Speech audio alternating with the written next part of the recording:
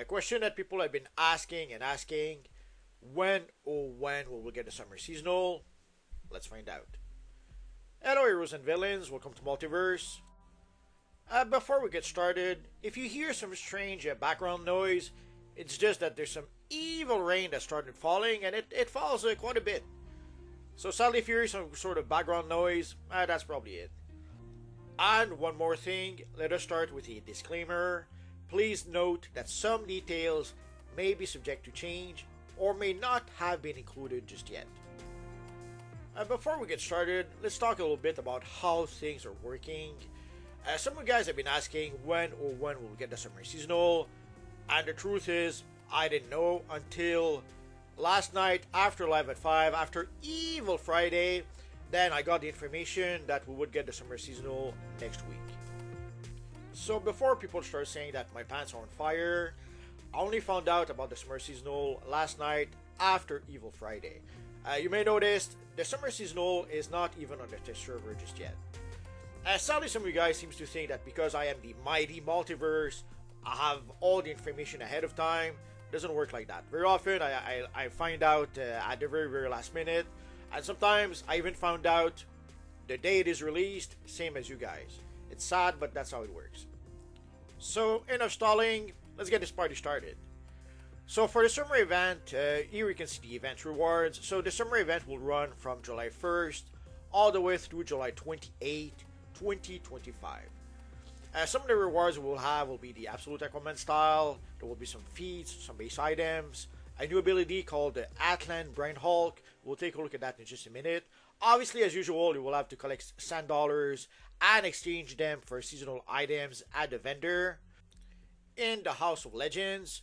Or also, there's also the vendor in the open world. There's also the vendor in the Watchtower, in the Hall of Doom, and more. Sadly, in order to be able to play the event, you will need to be level 20. And here you can see the event rewards that you will get once we complete the event. So the first reward will be 40 pack of Mogo Berries. That one drives me nuts. I don't know why they say 40 pack of Mogo Berries as opposed to either a pack of Mogo Berries or quite simply 40 Mogo Berries. I know it may seem silly, but this makes it look like they're outsourcing some work in India, and this was written by someone in India who used Google Translate to write down the information. Or it looks like they're using AI to write down the information. Or it could be that whoever write this information has no idea how the game works or doesn't know anything about the game. But either way, it drives me nuts. It would be such a simple thing to just write 40 Mogo Berries. So why 40 pack of Mogo Berries? I'll never understand. And it is once per account. The same for the Perfected Ant Medal. So we will get 2 Perfected Ant Medal. Again, once per account. And for the Atlan Brine Hulk iconic ability, for that one, you will be able to redeem it for every single characters in your account. And speaking of that new iconic ability, so it is a new iconic ability that will be added to the game. It is a supercharged ability. In a nutshell, it will create a water explosion that will summon a Brine Hulk that will fight by your side for about 20 seconds. So here you can see the actual description. So basically it targets enemies with a violent explosion of water, damaging all nearby enemies. And it will summon a Brine Hulk that will attack enemies in melee. So let us take a look at what the ability actually looks like. Also, I did put up the combat parsers for those of you who like that kind of stuff. Now, full disclosure, I do not crunch the numbers. I don't do that kind of stuff. There's a few reasons for that, but they're quite simply because I don't need to. Like, I don't need to look at the combat parsers to know if an ability is more powerful than another. When I try the ability in combat, like when I fight an enemy and that enemy gets defeated after 20 seconds, and then I switch to another ability, and then I fight the enemy, and the enemy gets defeated in 5 seconds. I don't need the combat parser to tell me which ability is more powerful. I do what I call reading the battlefield. I do that even when we're playing missions. I don't look at the scoreboard to know if the healer is healing. When you see that the group is not getting healed, it's easy enough to understand that the healer is not healing. Or when you see they don't get power, obviously the controller is not giving power back. Or if it takes forever to burn down an enemy, Obviously, the DPSs are not burning as much as they should. So you don't even need the scoreboard. You can just read the battlefield and understand what is going on. And the same here, like I don't need to crunch the numbers. If I try an ability in battle and the enemies goes down quick, understand that okay, this is a good ability that does a lot of damage. Or sometimes also in battle, there are some abilities that sometimes maybe they do a lot of damage, but they are very, very clunky to use.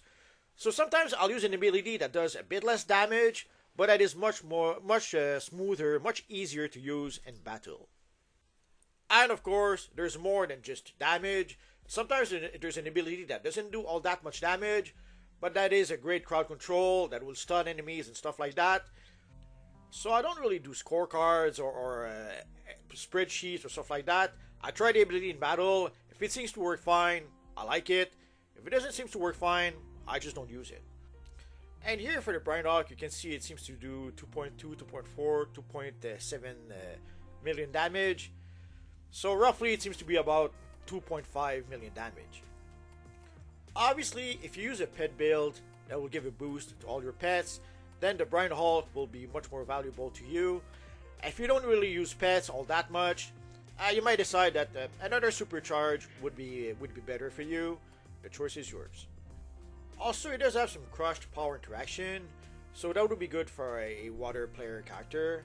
So if you are a water player who uses a lot of pets, who has like a pet build, you're probably doing the happy dance right now. And for the summer seasonal itself, as usual, you will need to collect sand dollars to be able to purchase various rewards from the vendor. So again, there's going to be a new chroma material, there's an absolute Aquaman power style, and there are some new base items, and of course there are feats attached to that, and more. And again, just a reminder, you need to be level 20 in order to be able to play the event.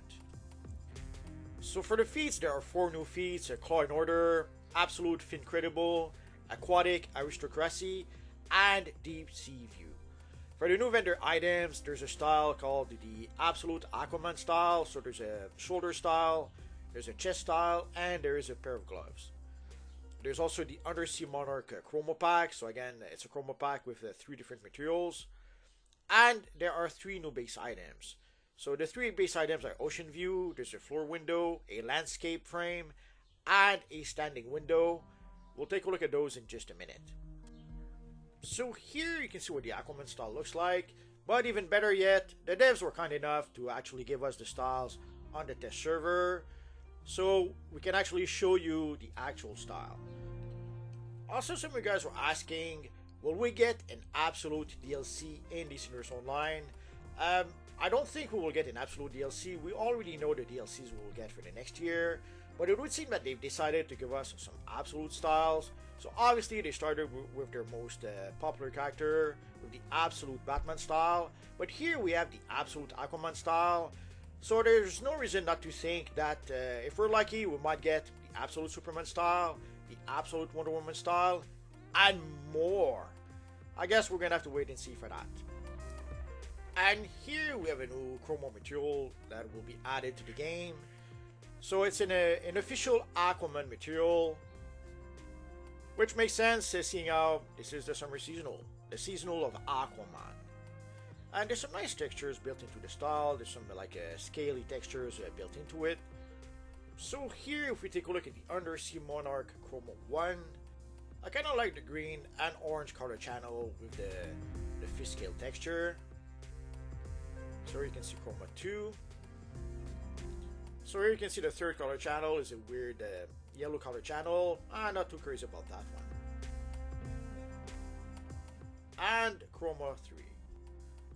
Yeah, it does look a bit better with more green. Not too crazy about the weird yellow chroma channel. And if you were one of the people who were asking for more base items, now is the time to do the happy dance. So we do have some windows that have been added that allows us to see under the sea. And no, I'm not going to start singing Under the Sea. I will spare you that. But here there is a window that you can put on the wall to see under the sea. There's also a window for the ground floor. And there's also a standing base item that can work as a wall. Now it may seem strange to see the sea from both sides of the wall, Although it could be a view screen, it doesn't have to be a wall, it actually could be a view screen that shows you under the seat. And there is also some quality of life improvements. The first one is the pet collision update. So basically they removed the physical collisions between you and your own pets, allies, and base pets so that they no longer block or interfere with your movement. If you're playing as a tank character, you're probably doing the happy dance right now because very often as a tank you would get stuck into people's pet. That should no longer be an issue. And there will be a broker revamp. So they made some changes to the broker fee, so now the broker fee will be charged only when you sell the item. So if you put up the item for sale and it doesn't sell, you do not pay a broker fee. Sadly, the worry I have is that it will drive the prices of rare items up and up. If you no longer pay the broker fee if you don't sell, why not put your rare item for $1 billion?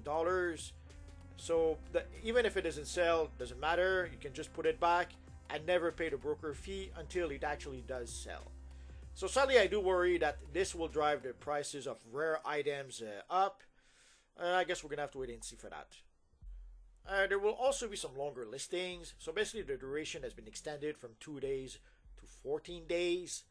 There's going to be also some clear time displays. So they will display how many days, hours, minute with the listing duration accurately reflected in the UI. There will be some price input enhancement. So basically the maximum sale price has been increased to 999 billions, which is a good thing. People will no longer have to use the trade chat to be able to purchase rare items that are worth more than 1 billion. Sadly, there's a lot of scammers on the trade chat. So if we don't have to use the trade chat anymore, that will be a good thing. And there will be a smarter sorting. So listings now default to sorting by lowest price first, helping you find the best deal faster. So basically they're making these updates hoping to make the broker a smoother, more user-friendly experience. I guess we're gonna have to wait and see. And there will be a summer seasonal vendor sale. So people will be able to enjoy 25% off all items available from the summer vendors. Sadly, it is a limited time sale. So it will run from July 1st all the way through July 7th, 2025.